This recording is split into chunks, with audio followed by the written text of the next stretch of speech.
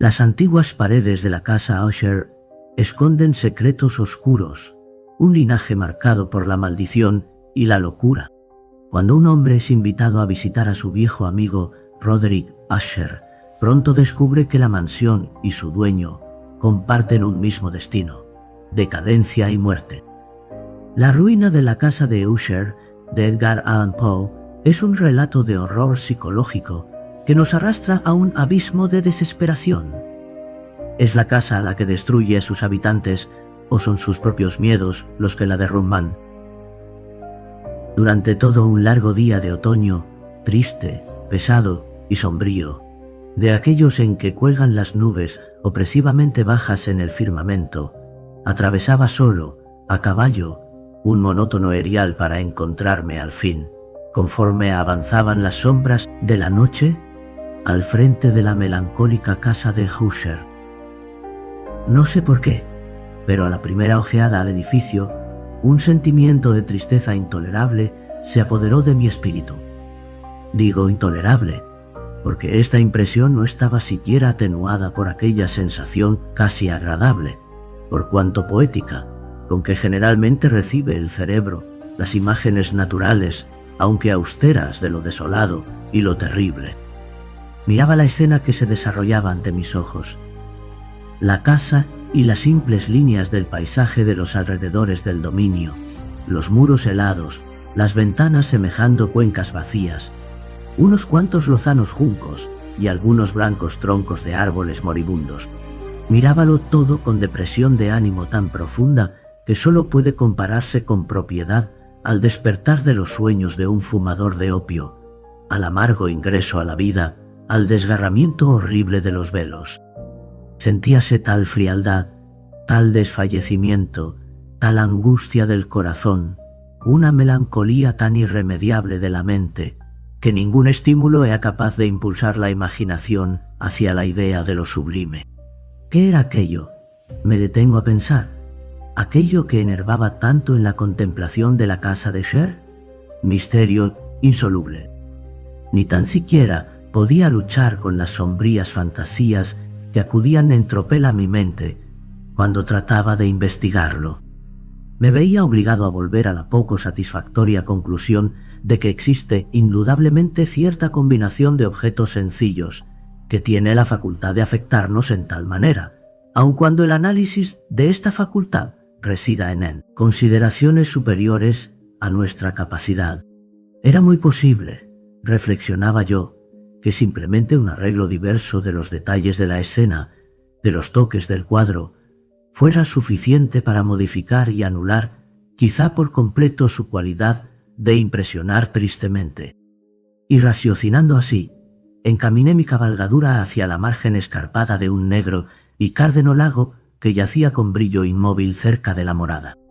Miré abajo y pude contemplar en el fondo, con estremecimiento más vivo, aún la imagen refleja e invertida de las grises junceas, de las ramas de los árboles semejando espectros, y de las ventanas que aparecían como cuencas vacías. A pesar de todo, me disponía a permanecer algunas semanas en aquella mansión fatídica.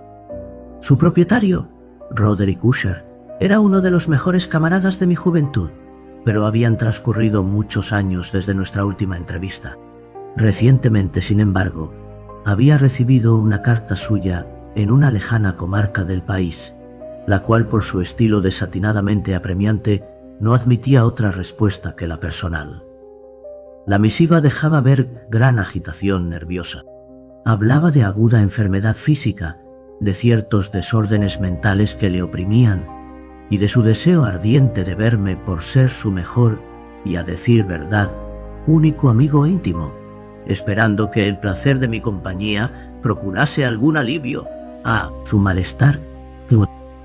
La manera en que todo esto estaba redactado, el alma que ponía visiblemente en su petición, no me permitieron vacilar, y cedí al punto a sus deseos, que solo consideraba en aquel momento una original solicitud.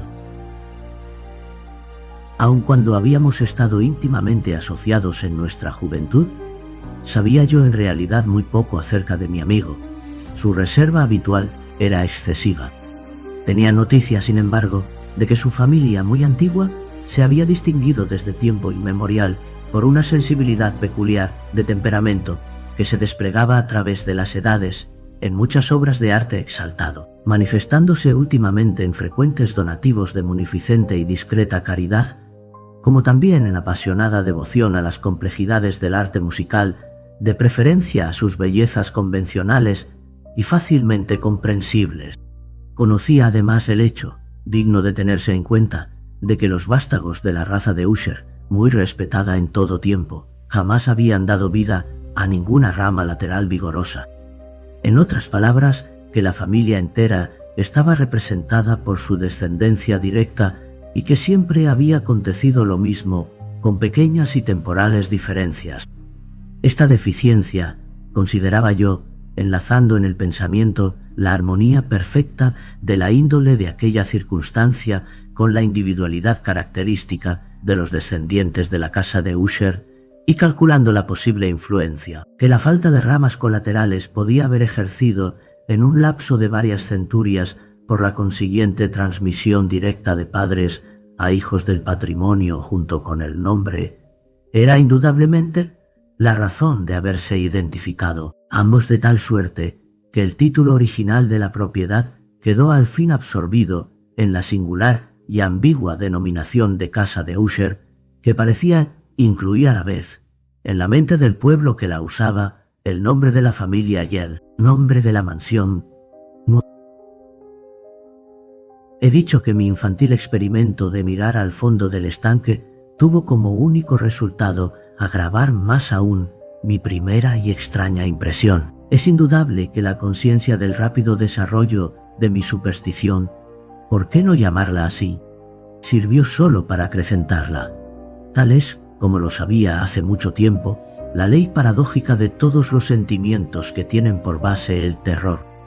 Y puede muy bien haber sido esta la única causa de que, al levantar mis ojos desde la reflexión del lago hasta la verdadera mansión, brotara en mi mente una fantasía singular, fantasía tan ridícula en verdad que debo mencionarla, siquiera sea para demostrar la intensidad de las sensaciones que me agitaban. Había trabajado tanto mi imaginación que llegué a persuadirme de que flotaba alrededor de la casa y sobre el dominio entero una atmósfera peculiar, propia solo de la mansión y de sus cercanías, atmósfera que no tenía afinidad alguna con el ambiente general, sino que ascendía de los árboles marchitos, del valle gris, del taciturno lago. Un vapor misterioso y maligno, tétrico, pesado, aplomado y apenas perceptible. Sacudiendo de mi espíritu aquello que debe haber sido un sueño, examiné minuciosamente el verdadero aspecto del edificio. Su carácter principal parecía residir en su gran antigüedad. El descoloramiento producido por los años era enorme. Hongos microscópicos cubrían todo el exterior, colgando desde los aleros en fino tejido. Sin embargo, en conjunto, estaba lejos de extraordinaria destrucción. Ningún trozo de la obra de albañilería había sufrido, y parecía incompatible la perfecta adaptación de sus partes con la ruinosa condición de las piedras por separado. Había allí algo que me hacía recordar la aparente integridad de ciertas labores antiguas de ebanistería, consumiéndose durante largos años en algún descuidado artesonado, sin recibir jamás un soplo del aire exterior. Fuera de estas manifestaciones de decadencia general, el edificio daba pocas muestras de inestabilidad. Quizás el ojo de un observador atento habría descubierto una hendedura apenas perceptible que se extendía en zigzag sobre el muro fronterizo, desde el techado hasta perderse en las lóbregas aguas del estanque. Notaba yo todas estas circunstancias mientras seguía una corta calzada que conducía a la casa. Un criado que me aguardaba tomó mi caballo y yo penetré bajo la gótica arquería del vestíbulo. Un lacayo silencioso y de paso furtivo me condujo a través de obscuros e intrincados pasadizos hasta el estudio de su amo. Mucho de lo que veía al pasar contribuía, sin saber cómo, a aumentar las vagas impresiones de que he hablado, aun cuando más o menos todos los objetos que me rodeaban, los tallados y artesonados, las sombrías tapicerías de los muros, la negrura de ébano del piso y los fantásticos trofeos heráldicos que vibraban a mi paso, me eran familiares desde la infancia, y aun cuando yo no vacilaba en reconocerlo así, sorprendíame a mí mismo el extraño efecto que producían en mi imaginación estas ordinarias imágenes. En una de las escaleras encontré al médico de la familia. Parecióme que su rostro tenía una expresión mezcla de baja astucia y de perplejidad. Acercóse a mí con vacilación y siguió adelante. El lacayo abrió entonces una puerta y me introdujo a la presencia de su amo. La cámara en que me encontraba era grande y elevada. Las ventanas largas, estrechas y ojivales se abrían a tanta distancia del negro pavimento de roble que eran inaccesibles desde el interior. Débiles rayos de luz filtrábanse a través de los enrejados cristales y bastaban para hacer visibles los objetos principales situados cerca de allí.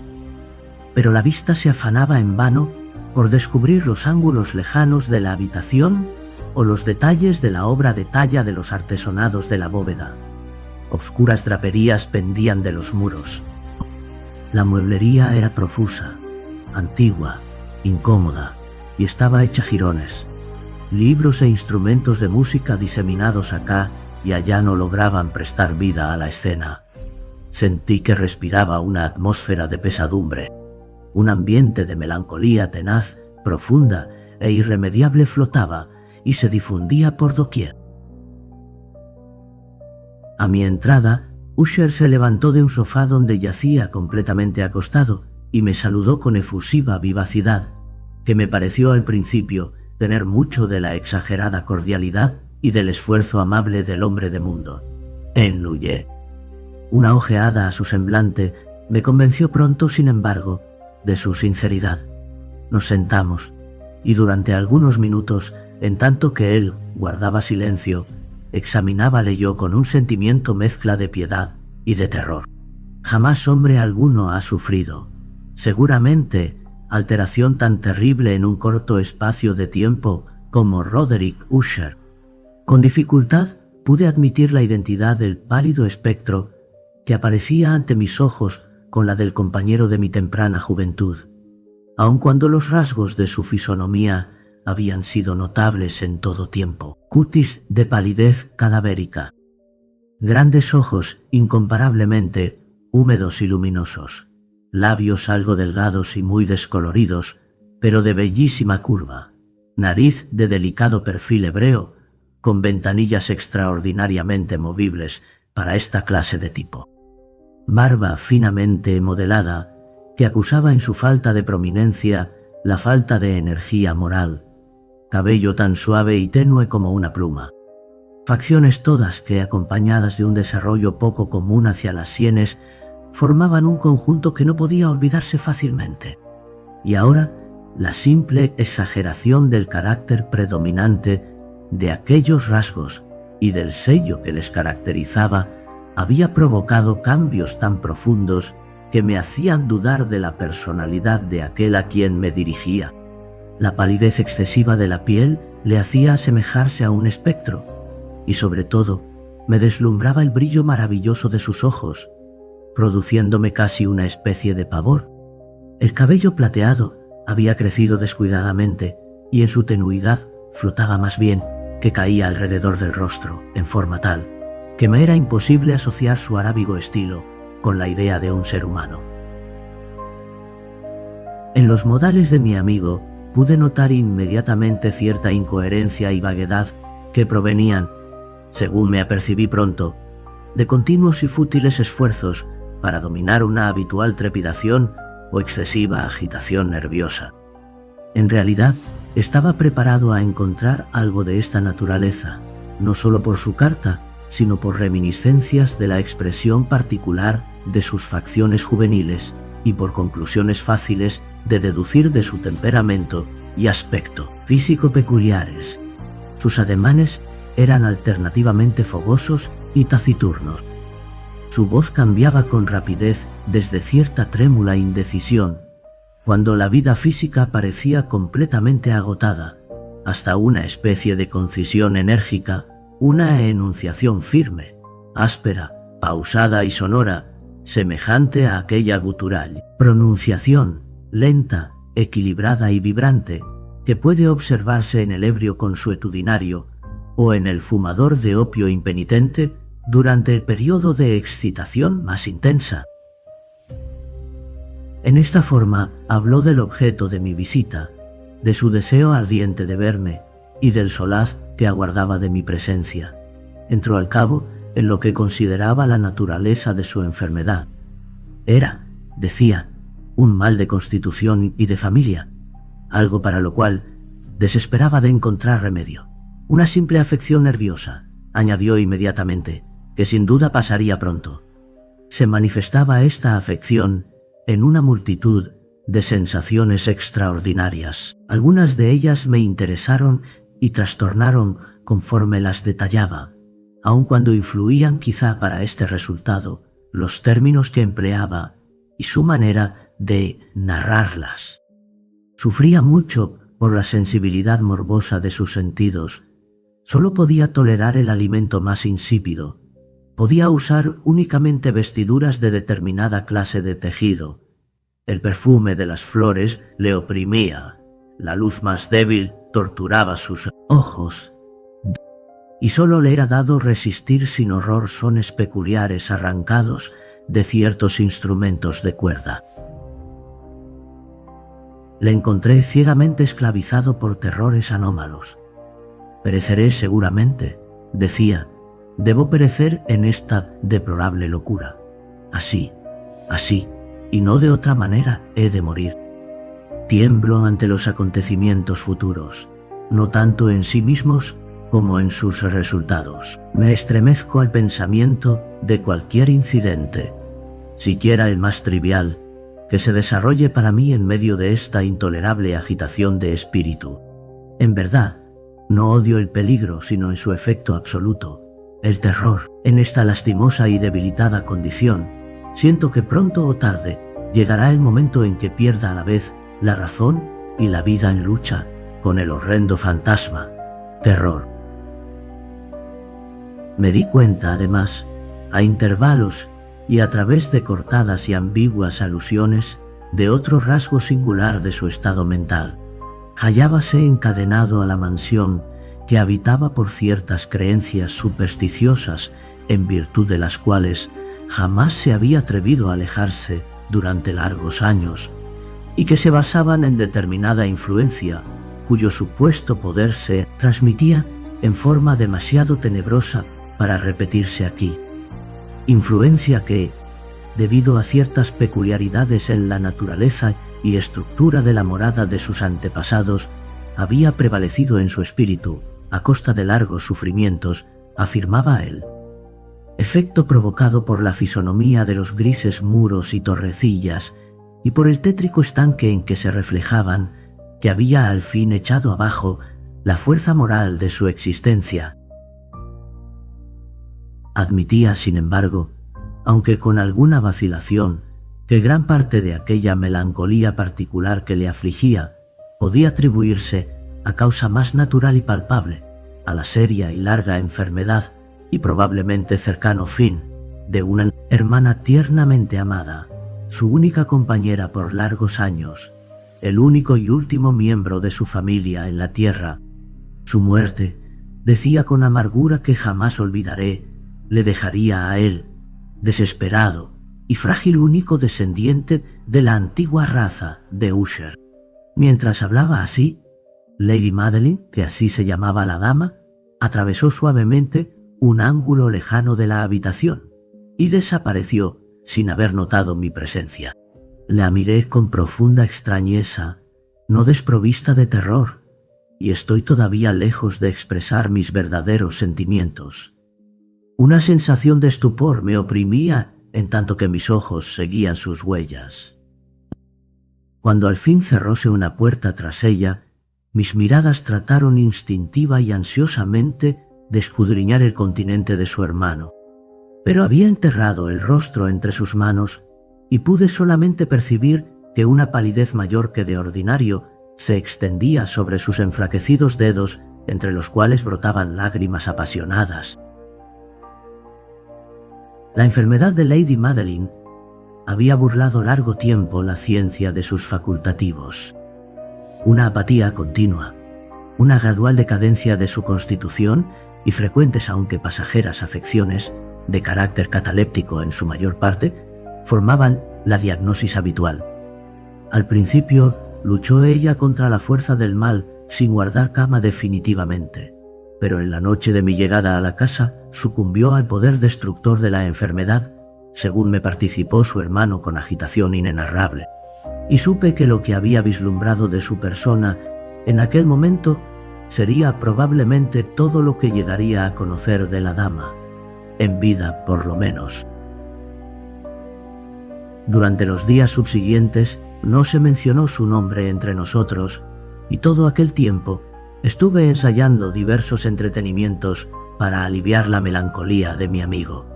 Pintábamos y leíamos juntos, o escuchaba yo como en sueños las salvajes improvisaciones con que hacía hablar a su guitarra, y al penetrar de esta manera más y más íntimamente en los repliegues de su alma, pude apreciar mejor la impotencia de mis tentativas para levantar su espíritu de la lobreguez en que se debatía, la que, como cualidad positiva inherente, se extendía a todos los objetos del universo físico y moral en incesante radiación de tinieblas. Conservaré siempre el recuerdo de las horas solemnes que pasé a solas con el heredero de la casa de Usher. Fracasaría si intentara dar idea exacta de la índole de los estudios y trabajos en los que me extraviaba o me conducía. Un idealismo exaltado y exageradamente inquieto arrojaba su luz sulfúrea sobre todo aquello. Sus largas improvisaciones de endechas resonarán por siempre en mis oídos. Entre otras cosas, recuerdo especialmente una extraña perversión y amplificación del aire exótico del último vals de von Weber, de las pinturas creadas por su complicada fantasía y que se definían toque a toque en cierta vaguedad que me hacía correr escalofríos, estremeciéndome sin saber por qué. De aquellos cuadros tan vívidos que aún se conserva su imagen ante mí, trataría en vano de expresar algo más que una pequeñísima parte capaz de encerrarse en el compás de la palabra escrita. Por su simplicidad intensa, por la pureza de su diseño, atraían aquellos cuadros y sobrecogían la atención de manera indecible. Si algún mortal pintó alguna vez la idea, aquel mortal era ciertamente Roderick Usher.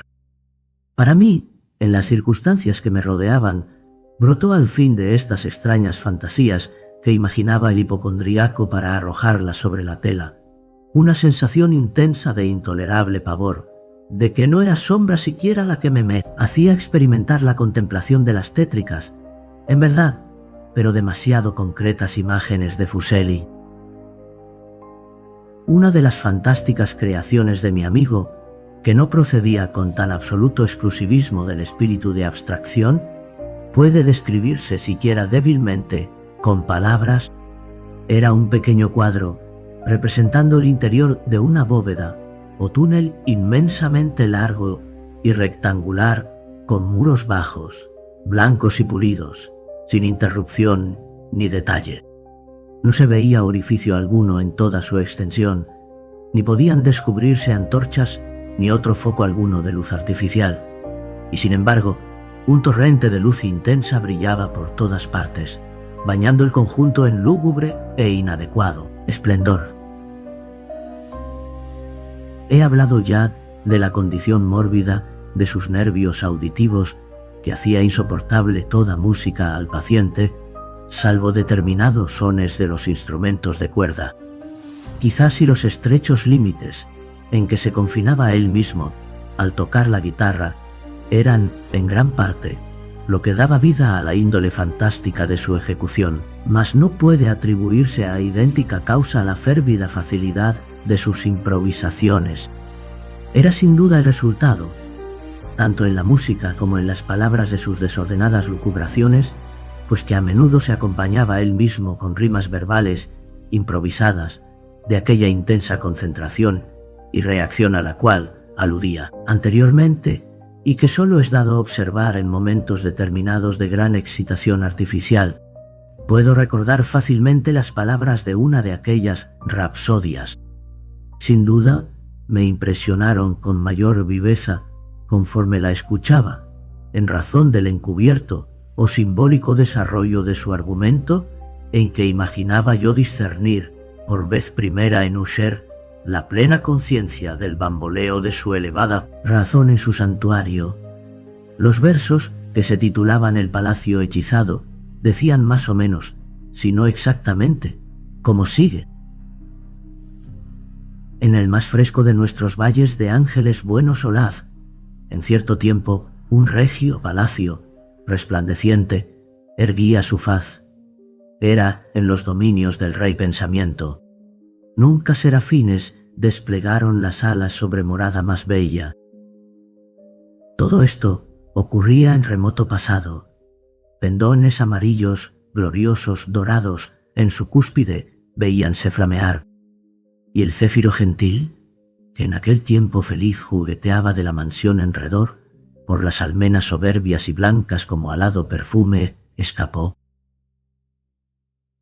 Peregrinos transeúntes de aquel feliz valle, a través de ventanas translúcidas, veían sombras de espíritus agitándose armónicamente y a compás de templado laúd, alrededor de un magnífico trono, donde brillaba el monarca, nacido en la púrpura y digno de tal esplendor.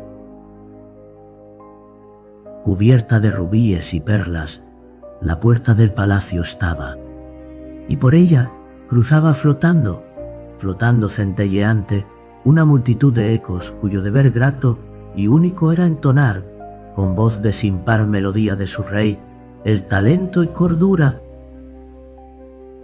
Pero el mal, de tristezas vestido, asaltó del monarca el estado. ¡Ah, lloremos, que jamás lucirá nuevo día para él, desolado!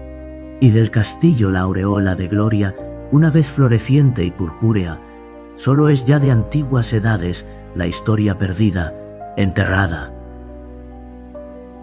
Los viajeros que hoy cruzan el valle ven reflejarse en las rojas ventanas grandes sombras en danza fantástica, girando a discorde son.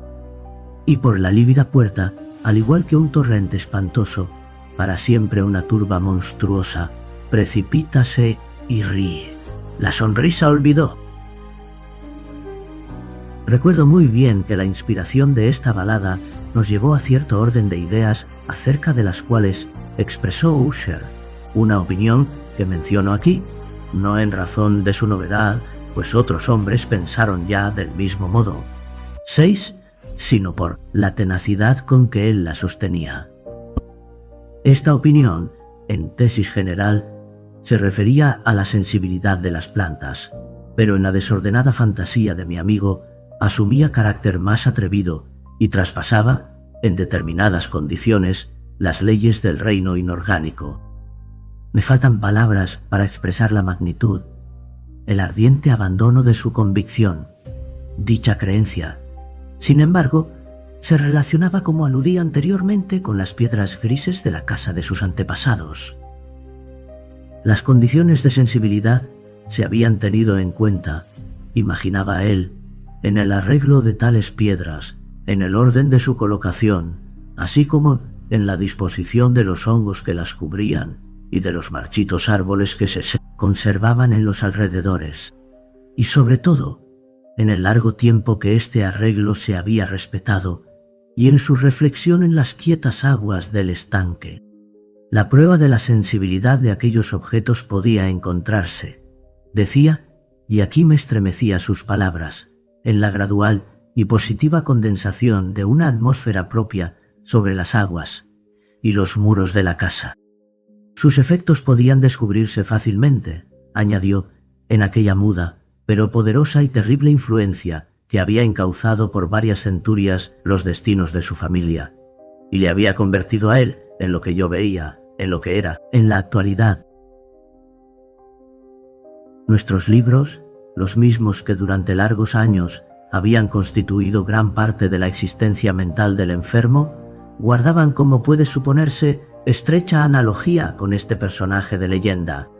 Profundizamos juntos obras como el Berbert et Chartreuse de Gresset, el Belphegor de Machiavelli, el Heaven and Hell de Swedenborg, el Subterranean Voyage of Nicholas Klimt de Holberg, la Chiromancy por Robert Flood, por Jean d'Indaginé y por de la Chambre, la Journey into the Blue Distance por Tieck y la City of the Sun por Campanella. Uno de nuestros ejemplares favoritos era una pequeña edición en octavo del Directorium Inquisitorum, por el dominicano Aymeric de Giron, y había ciertos pasajes de Pomponius Mela acerca de los antiguos sátiros y egipanes africanos que hacían soñar a Usher durante horas enteras. Su principal deleite consistía, sin embargo, en la lectura de un libro gótico en cuarto, extremadamente raro y curioso, manual de una iglesia abandonada, el Vigilia Mortuorum Chorum, Ecclesiae Maguntinea. No pude dejar de recordar el salvaje ritual de aquella obra y pensar en su probable influencia sobre el hipocondríaco. El día en que, después de informarme bruscamente de que Lady Madeline había fallecido, me manifestó su intención de conservar el cadáver durante una quincena en alguna de las numerosas bóvedas que existían en los muros del edificio, antes de proceder a su definitiva inhumación. La razón principal que adujo para este singular procedimiento era de tal naturaleza que no me dejaba libertad de discutirla. Sentíase el hermano inclinado a esta resolución, según explicó, a causa de los extraños síntomas de la enfermedad de la difunta, de ciertas interrogaciones acres e importunas de parte de los médicos y de la situación lejana, y a la intemperie que ocupaba el cementerio de la familia. No negaré que al rememorar el siniestro continente del personaje, a quien encontré en la escalera el día de mi llegada a la casa, se me pasaron todos los deseos de oponerme a aquello que después de todo solo consideraba inofensiva y de ninguna manera extraordinaria precaución. A petición de Usher, yo mismo le ayudé en las disposiciones para el entierro temporal. Después de colocado el cuerpo en el ataúd, nosotros solos lo condujimos al lugar de su descanso. La bóveda en que lo depositamos, cerrada por tan largo tiempo que nuestras antorchas oscilaron en su pesada atmósfera, nos dejó poca oportunidad para pesquisas minuciosas. Era pequeña, húmeda, y estaba absolutamente desprovista de medio alguno para recibir la luz, quedando situada a gran profundidad exactamente debajo de la parte del edificio que correspondía a mi cuarto de dormir. Aparentemente se había usado en remotas épocas feudales como calabozo de la peor especie, y en los últimos tiempos como depósito de pólvora o cualquiera otra sustancia combustible, pues parte del pavimento y todo el interior de un largo pasillo abovedado que allí conducía estaban cuidadosamente revestidos de cobre. La puerta, de hierro macizo, estaba también protegida de manera análoga. Su enorme peso producía un chirrido en extremo áspero y discordante al girar sobre los goznes. Después de depositar nuestra lúgubre carga sobre algunos soportes en esta mansión de horror, nos volvimos a medias hacia el ataúd todavía, sin cerrar para contemplar el rostro de la ocupante. Lo primero que atrajo mi atención fue la sorprendente semejanza que existía entre la hermana y el hermano. Y entonces Usher, adivinando tal vez mis pensamientos, murmuró algunas palabras por las cuales comprendí que la muerta y él eran gemelos, y que siempre se había dejado notar entre ellos cierta simpatía de constitución apenas explicable. Nuestras miradas no se detuvieron largo tiempo sobre la difunta, porque no podíamos contemplarla sin terror. El mal que postró a Lady Madeline en plena madurez de su juventud dejóla, como sucede En todas las enfermedades de carácter esencialmente cataléptico, la ironía de un débil sonrosado en el seno y en el semblante, y aquella lánguida y ya misteriosa sonrisa, tan terrible en los dominios de la muerte. Colocamos la tapa en su sitio, fijándola con tornillos, y después de asegurar la puerta de hierro, volvimos penosamente a las habitaciones altas de la casa, tan tétricas casi como el lugar que acabábamos de abandonar. Después de algunos días de amargo pesar, presentóse un cambio notable en los síntomas del desorden mental que afligía a mi amigo. Su manera de ser cambió enteramente. Olvidaba o descuidaba sus ocupaciones ordinarias. Vagaba de pieza en pieza, con paso precipitado, desigual y sin objeto. Su palidez asumía tonos aún más cadavéricos, a ser posible, pero la lumbre de sus ojos habíase extinguido por completo. La aspereza incidental de su voz no se dejaba oír ya más, y cierto estremecimiento convulsivo, como de excesivo terror, caracterizaba habitualmente su lenguaje.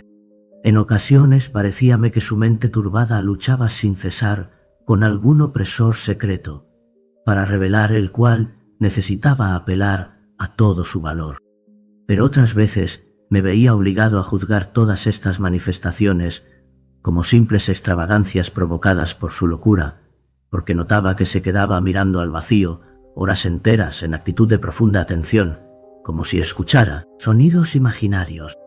No es de extrañar que su estado me aterrorizara, me contagiara.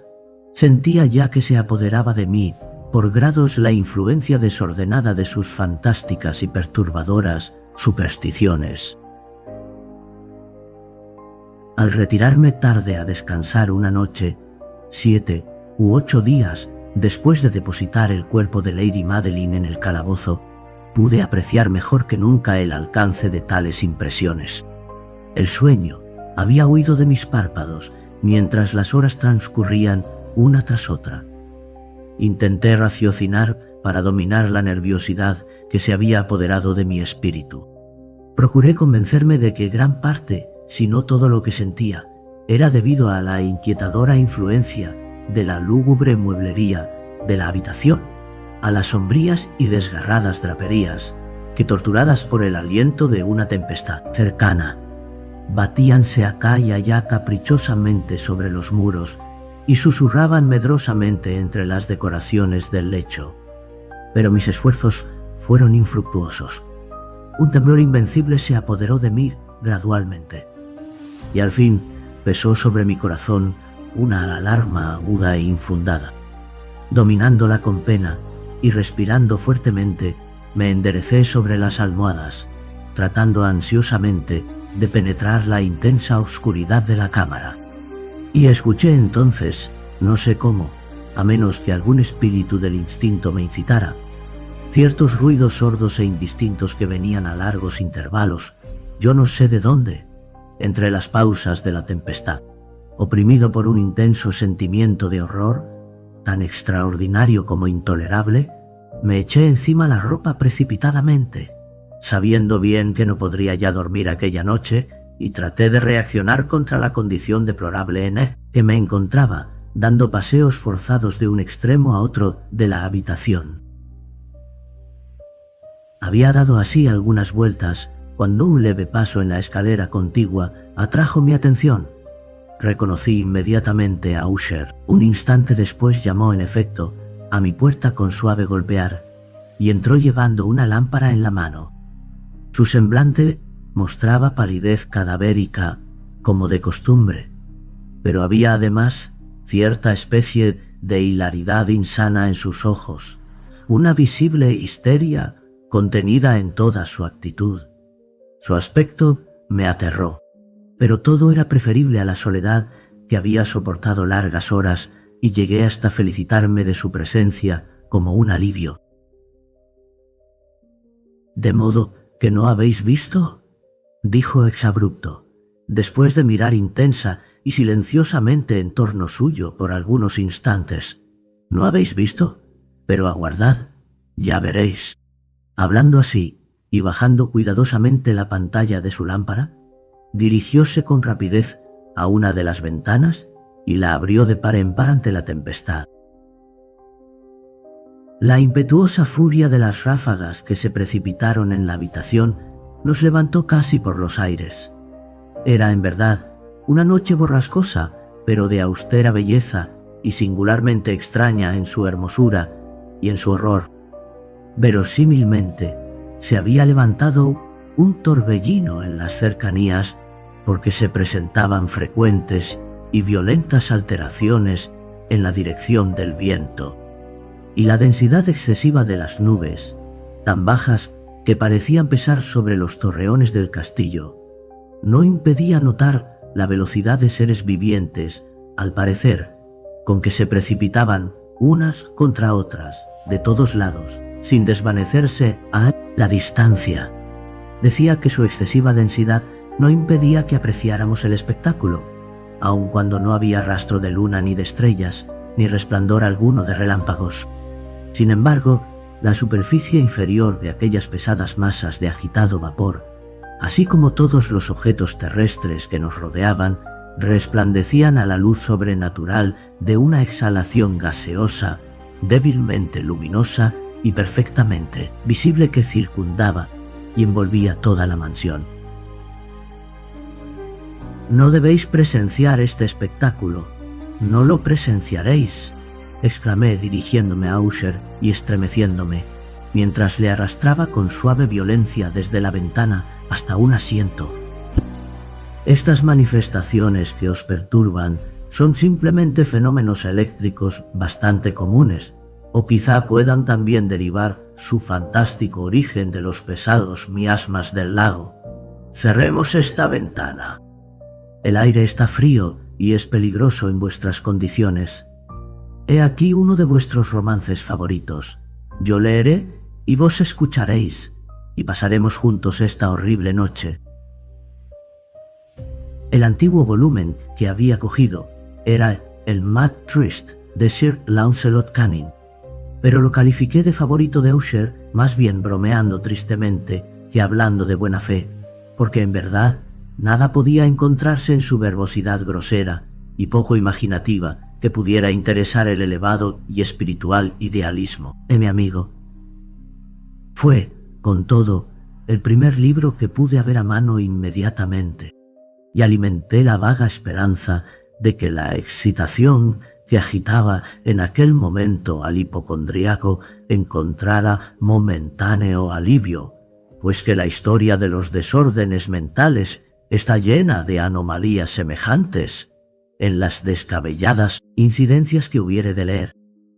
En realidad, a juzgar por el aire extravagante de ansiosa atención con que escuchaba o aparentaba escuchar la fraseología del cuento, podía congratularme por el éxito de mi plan. Habíamos llegado a la parte bien conocida de esta historia en que Ethelred, el héroe del Trist, habiendo intentado en vano penetrar pacíficamente en la morada del ermitaño, se resuelve a lograrlo a viva fuerza. Aquí, si bien se recuerda, la narración continúa así. Entonces Ethelred, que naturalmente poseía un valeroso corazón y se sentía además muy potente en aquel momento por virtud del vino que había bebido, no perdió más tiempo en parlamentar con el ermitaño, que usaba en verdad de obstinado y malicioso proceder, sino que, sintiendo la lluvia que caía sobre sus hombros y temiendo que arreciara la tempestad, levantó su maza y a grandes golpes abrió pronto en las planchas de la puerta un hueco suficiente para su mano armada del guantelete, y tirando de allí fuertemente, rompió y desgajó y destrozó todo de manera tal que el estrépito de la seca y resonante madera alarmó a todo el mundo, repercutiendo a través de la selva. Al terminar este acápite, me sobresalté e hice una pausa involuntaria, porque me pareció, aun cuando deduje inmediatamente que era ilusión de mi exaltada fantasía, me pareció, digo, que de algún remoto rincón de la casa llegaba a mis oídos el eco indistinto, amortiguado y confuso ciertamente, de aquellos sonidos de golpes y destrucción que Sir Launcelot había descrito con tanta minuciosidad. Sin duda alguna, era solamente cualquiera coincidencia que despertó mi atención entre el rechinar de las vidrieras y los ruidos combinados de la borrasca todavía en aumento en el exterior. Nada había seguramente en el rumor que pudiera interesarme o inquietarme. Proseguí la historia. Pero el soberbio campeón, Ethelred, al atravesar la puerta, se sintió dolorosamente sorprendido e irritado de no encontrar rastro alguno del astuto ermitaño, sino en su lugar un dragón escamoso, de prodigioso tamaño y lengua ígnea, que hacía de centinela delante de un palacio de oro, pavimentado de plata, y pendiente del muro veíase un escudo de brillante bronce con la siguiente leyenda grabada: quien aquí penetra es conquistador, ganará el escudo quien mate al dragón. Y entonces Ethelred, levantando su maza, hirió en la cabeza al dragón, el cual se desplomó a sus plantas, rindiendo su pestilente aliento con tan hórrido, agudo y penetrante alarido que Ethelred se vio precisado a cubrirse los oídos con las manos para defenderse del pavoroso ruido del que nada análogo había escuchado hasta entonces. Aquí me detuve de nuevo bruscamente, esta vez con sentimiento de profundo estupor, porque no podía caberme la menor duda de que en el mismo instante había oído en realidad, aun cuando me fuera imposible indicar la dirección, un grito ahogado y aparentemente lejano, pero áspero, prolongado y extraño. Un sonido discordante, exacta reproducción de lo que mi fantasía había ya evocado, como el sobrenatural alarido del dragón, descrito por el romancero. Oprimido como me sentía por mil encontradas sensaciones en que predominaban la angustia y un excesivo terror a causa de la segunda y más extraordinaria coincidencia, tuve aún la presencia de espíritu necesaria para evitar que se excitara con cualquier observación la sensitiva nerviosidad de mi compañero. No estaba seguro de que se hubiera apercibido de aquellos rumores, a pesar de que indudablemente mostraba extraña alteración en su conducta en los últimos minutos.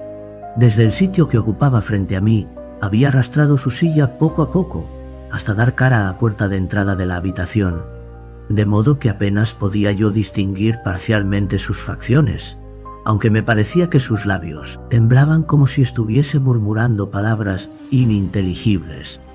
Su cabeza había caído sobre el pecho, pero yo sabía que no estaba dormido, pues en una ojeada furtiva a su perfil descubrí uno de sus ojos rígidamente abierto. El movimiento de su cuerpo difería también de su manera habitual, porque se mecía de un lado a otro con ondulación suave, uniforme y constante. Notando todo esto con rapidez, reasumí la narración de Sir Launcelot, que proseguía así: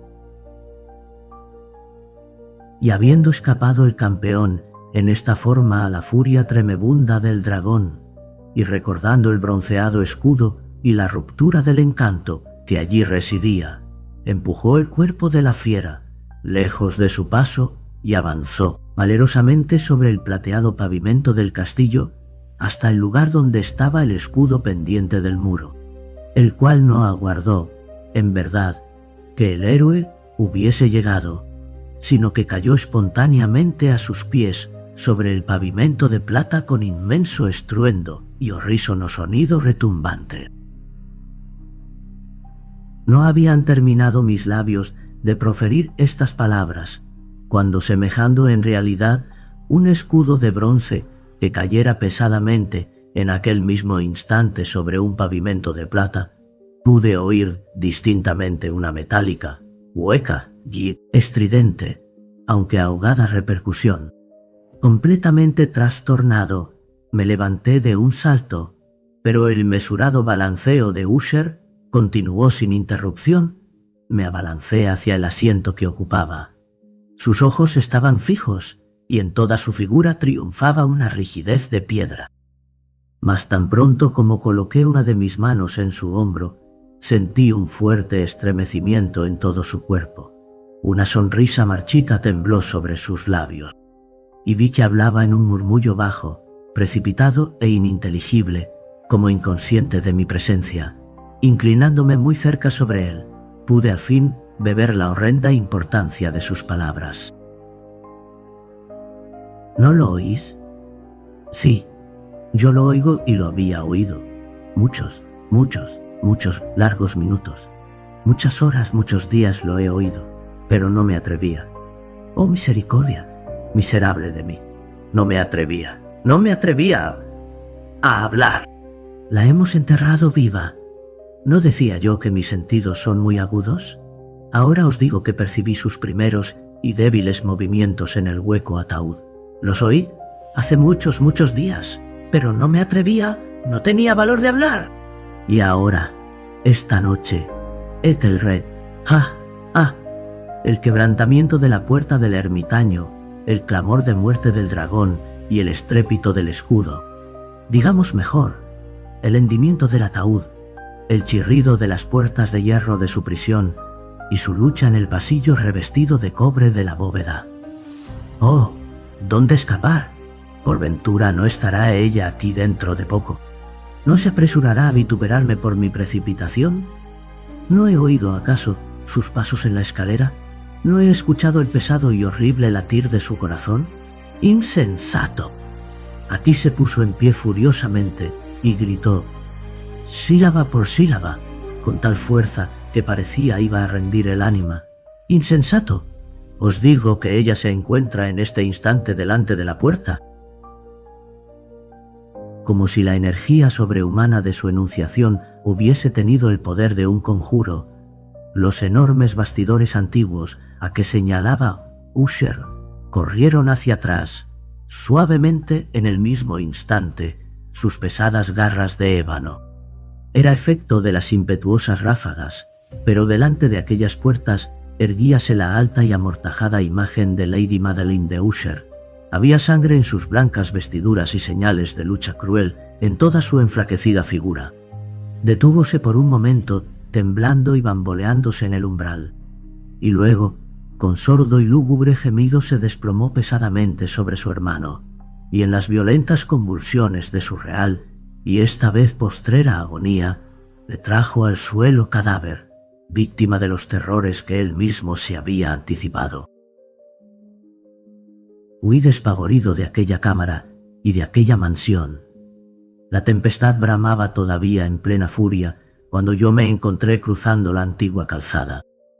De pronto brilló a lo largo del camino una luz inusitada, y yo me volví para averiguar de dónde procedía este rayo sobrenatural, pues la vasta morada y sus sombras era lo único que dejaba tras de mí.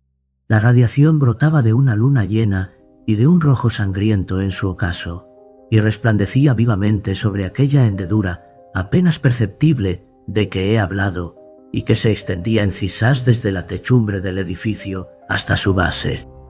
En tanto que miraba, la hendedura se ensanchó rápidamente. Hubo luego una ráfaga furiosa del remolino. El orbe entero del satélite estalló al mismo tiempo ante mis ojos. Mi cerebro osciló mientras veía los potentes muros abriéndose en dos partes. Oyóse un prolongado y tumultuoso estruendo, semejante a millares de voces de las aguas, y el profundo y tétrico lago que yacía a mis pies cerróse sombría y silenciosamente sobre los fragmentos de la casa de Usher.